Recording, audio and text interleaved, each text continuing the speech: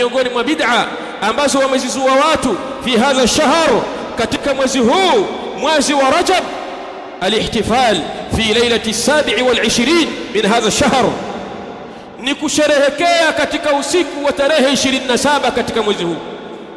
Yazumuna annaha lailatul isra wal mi'raj, wakidai ya kwamba usiku huu wa tarehe 27 katika mwezi huu ni usiku ambao Mtume sallallahu alayhi wasallam alipelekwa katika safari yake ya Isra na Mi'raj.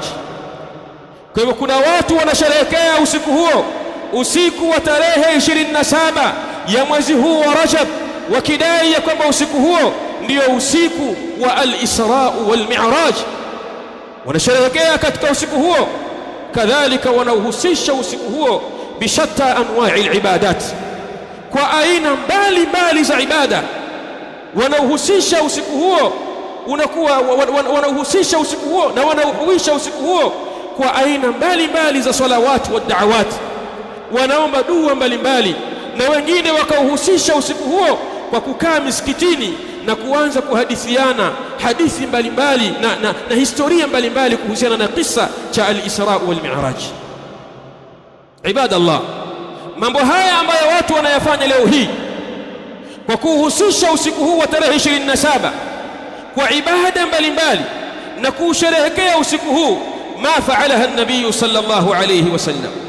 Mambo haya hakuyafanya Mtume sallallahu alayhi wasallam, pamoja na kwamba sisi tunakiri na tunakubali ya kwamba safari hii ya Mtume sallallahu alayhi wasallam, safari ya al-Isra wal Mi'raj, ni qissatun wa mu'jizatun adhima, ni qissa na ni muujiza mtukufu, la shakka fiha, hauna shaka ndani yake. Lakini ahlul ilm ikhtalafa, wametofautiana wanawachuoni.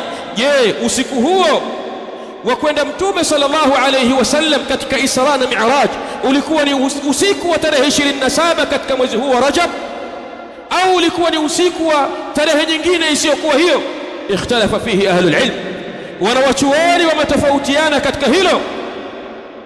Hata kama ingekuwa ahlul ilm wameafikiana wote kwa pamoja ya kwamba usiku huo ulikuwa ni usiku wa tarehe 27, lakini jambo la kusherehekea, je, limethibiti kutoka kwa Mtume sallallahu alayhi wasallam? Jambo la kuhuisha usiku huu kwa ibada mbalimbali, je, limethibiti kutoka kwa Mtume sallallahu alayhi wasallam? Aljawabu ni kwamba jambo hilo halikuthibiti.